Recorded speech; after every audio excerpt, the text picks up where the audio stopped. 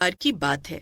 एक गांव था जहां पर भोला और मनोहर नाम के दो पक्के दोस्त थे। पूरा गांव उनकी दोस्ती की मिसालें दिया करता था। दोनों बचपन से साथ थे और कोई भी उन्हें देखता तो यही कहता था कि दोनों सगे भाइयों से बढ़कर हैं। अक्सर मनोहर गड़बड़ किया करता था और भोला उसकी गलतियों को सुधारने में मदद करता था। एक दिन मनोहर भागता हुआ भोला के पास आया। अरे अरे, क्या हुआ मनोहर भाई?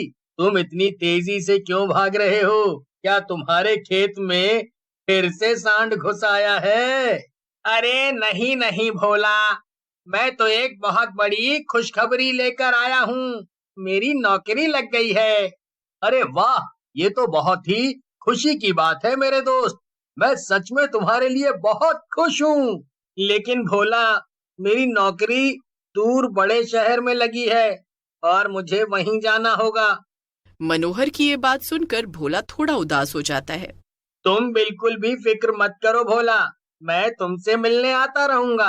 हाँ मनोहर, वैसे ये अचानक से तुम्हारी नौकरी इतनी दूर शहर में कैसे लगी? मैंने इस नौकरी के लिए एग्जाम दिया था। मुझे नहीं लगा था कि मैं पास हो पाऊंगा, इसीलिए मैंने ये बात किसी को नहीं बताई।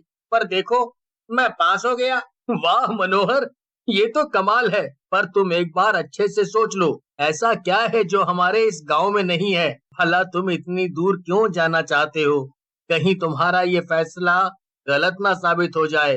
अरे, ये तुम कैसी बातें कर रहे हो भोला? तुम कैसे दोस्त हो? क्या तुम नहीं चाहते कि मैं बड़े शहर में काम करूं और खूब आगे बढ़ूं? नहीं नहीं मनोहर, भला मैं ऐसा क्यों चाहूंगा? ठीक है, अगर तुम खुश हो तो मैं भी खुश हूँ। चलो, चलकर तुम्हारे जाने की तैयारी करते हैं। इसके बाद जल्द ही मनोहर का शहर जाने का दिन आ गया। भोला मनोहर को बस में बिठाने आया था।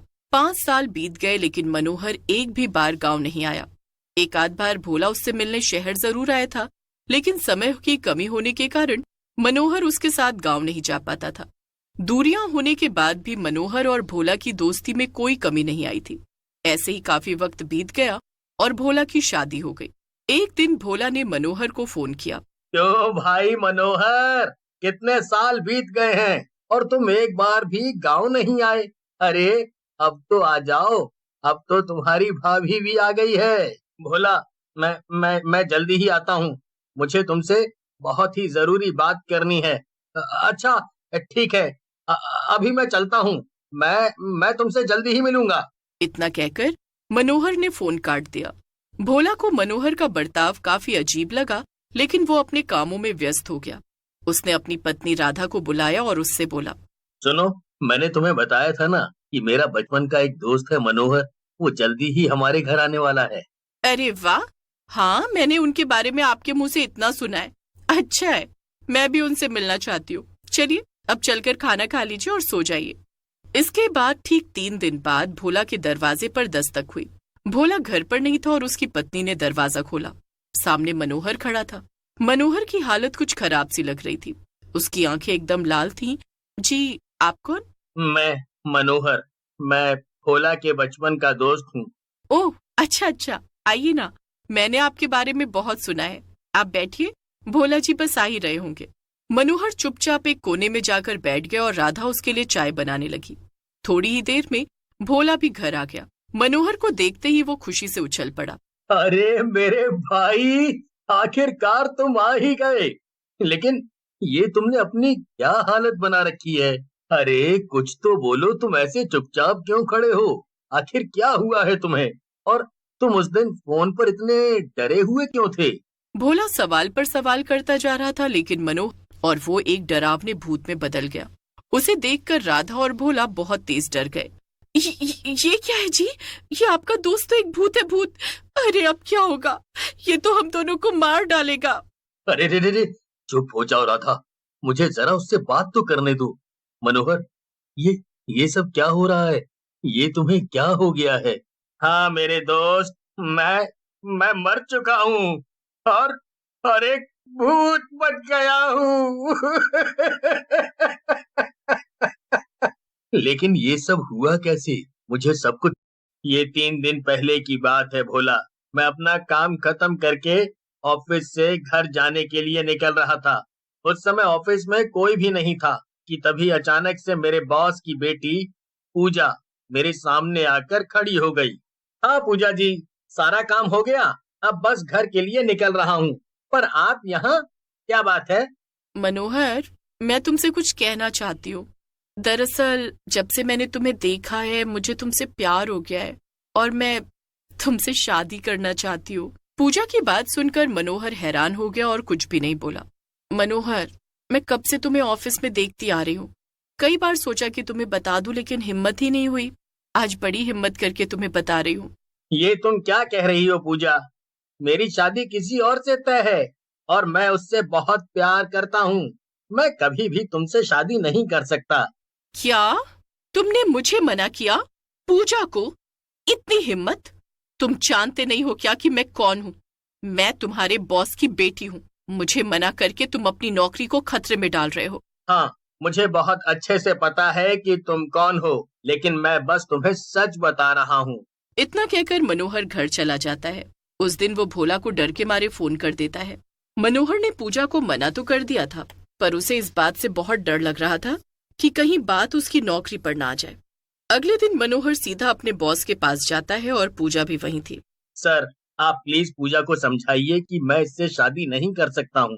मनोहर, मैंने आज तक अपनी बेटी को किसी भी चीज के लिए मना नहीं किया है और तुमने उसका इतना अपमान किया। पूजा बेटी, तुम इससे अपने अपमान का बदला ले लो और इसे सबक सिखाओ। पूजा को अपना ये अपमान बर्दाश्त नहीं होता है और वो गुस्से में पास रखा टेबल लैंप उठाती है और मनोहर के सर पर मार देती है। मनोहर वहीं गिर जाता है और चोट गहरी होने के कारण मनोहर की जान चली जाती है। इसके बाद पूजा और उसके पापा मनोहर की बॉडी को उठाकर जला देते हैं। और इस तरह पूजा और उसके पापा ने मेरी जान ले ली। क्या? ये तो तेरे साथ बहुत ही बुरा हुआ मेरे भाई। पर उस पूजा का क्या हुआ? वो अभी आजाद घूम रही है। हाँ भोला, बॉस बड़ा आदमी था, इसलिए अपनी बेटी को बचाने के लिए उसने ये साबित कर दिया कि मैंने आत्महत्या की थी और अब मेरे ऑफिस में सबको यही लगता है। कोई बात नहीं मनोहर, मैं तेरे जीते जी तो तेरी कोई मदद नहीं कर पाया, पर तू चिंता मत कर, अब मैं तेरी मदद जरूर करूंगा। भोला सामान पैक करके भूत के साथ शहर के लिए निकल जाता है। शहर पहुंचकर भूत भोला को वो ऑफिस दिखाता है जहां पर उसकी जान गई थी। भोला बिल्डिंग में घुस जाता है और बॉस के ऑफिस को ढूंढने लगता है। अंदर बॉस के साथ साथ पूजा भी थी और दोनों आपस में कुछ बातें कर रहे थे। अरे अरे, कौन हो तुम दोनों और यहाँ कहाँ घुसे चले आ रहे हो? हम दोनों तुम दोनों की सारी असलियत जानते हैं कि किस तरह से तुमने मेरे दोस्त मनोहर को मारा। क्या तुम सब जानते हो? पर कैसे? भोला मनोहर की तरफ कुछ इशारा करता है और वो अपने असली रूप में बदल जाता है, यानी कि वो भूत में बदल जाता है। ये तो भूत है, भागो! पर इससे पहले पूजा और बॉस ऑफिस के बाहर भाग पाते, भूत अपने दोनों हाथों से पूजा और बॉस दोनों का एक साथ गला पकड़कर उन्हें हवा में उड़ा देता है। तुम लोग हमारे साथ ऐसा क्यों कर रहे हो? ये भूत और कोई नहीं बल्कि मनोहर ही है और ये तुम्हें अभी के अभी यहीं जान से मार सकता है। अगर तुम जिंदा रहना चाहते हो तो तुम्हें बाहर सबको सच सच बताना पड़ेगा। नहीं, मुझे छोड़ दो, मैं सबको सच बता दूंगा। तुम जैसा कहोगे मैं वैसा करूंगा, मुझे छोड़ दो, छोड़ दो। भूत एक हाथ से बॉस को तो नीचे गिरा देता है, पर पूजा का गला अभी भी उसने पकड़ रखा था।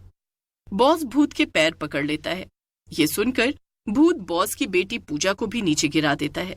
सब मिलकर कहते हैं, बेचारा मनोहर कितना अच्छा था, मुझे ऐसे ऑफिस में काम नहीं करना जहां हमारी जान को खतरा हो।